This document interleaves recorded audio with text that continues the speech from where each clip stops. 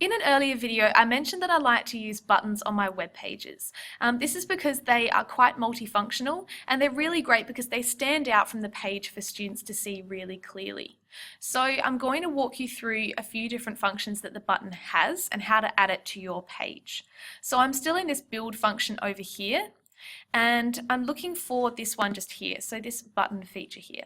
So click that one, drag it over to your page wherever you want it to sit, and wait for it to load, and it will then sit usually towards the left, but you can change that in a couple of seconds. So the first thing I'm going to talk to you about is how to create a button that links to a website.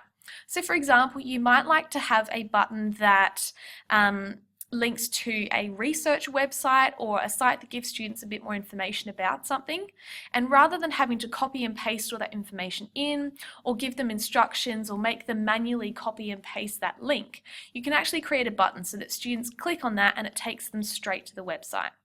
So the first thing we need to change is this button text. So I might click here and just say click here for research.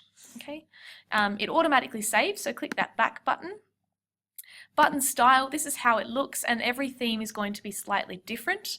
I want this to really stand out, so I'm going to click this one here, and again go back, and I want this to sit in the middle of the page. I really want that to stand out for students. Okay, this is where you get to add your website. So here is your link, and it's asking you a few different options. So the first one we're going to go through is this website URL, because that's where you want to send students. You want to send them to a website. So I might like to send students to my YouTube. So let me just go to my home here, wait for it to load. I might go my channel. I might copy that link here and click website URL and paste it. It's really important that you have this option here selected, open in a new window. What that means is that when students click on that button, it'll open that link in a separate tab or window on their computer, so they're not having to then reopen your website. So if you go backwards and just escape, it all automatically saves, and that is now a link that when you publish this website, students will click this and it will go straight to that website. Okay.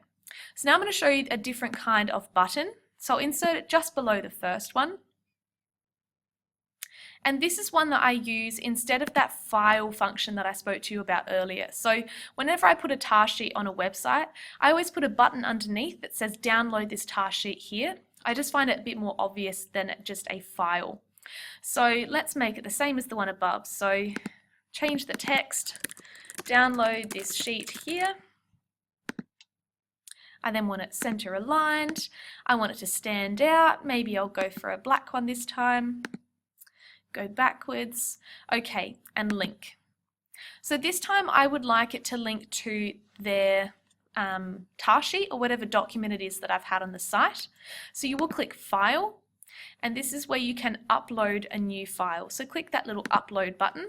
And again, upload a document or an image or some kind of sheet for students from your computer. Okay, so that's the second type.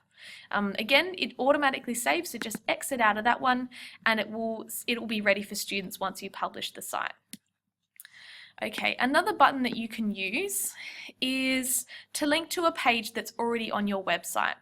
So say for example you are looking through this home page of my how to build a website page and I want to highlight settings. For some reason it's really important that those of you who are interested in password protecting your site, that you want to go straight there. So I might type in here how to password protect your site. Again, let's center align that. Let's make that this one this time. And you're still clicking link, whereas this time I'm going to select standard page. So this is one of the pages that already exists. So when you organized your website through this pages function, that's where it's going to take you. So select standard page, and it's then going to give you all the pages that you've created through this function. If there's one that isn't there, you need to go back to pages and sort that one out. But you can see that all the ones that I have on this side in my menu, they're all coming up here. So I'm going to select settings, and I want that to open in the same window because it's going to be the same website, but if you would like it to open in a new window, feel free to check that one. Okay, exit. So that is a bit of an introduction to buttons. These are very, very useful. So have a go of all three types just so you can familiarize yourself.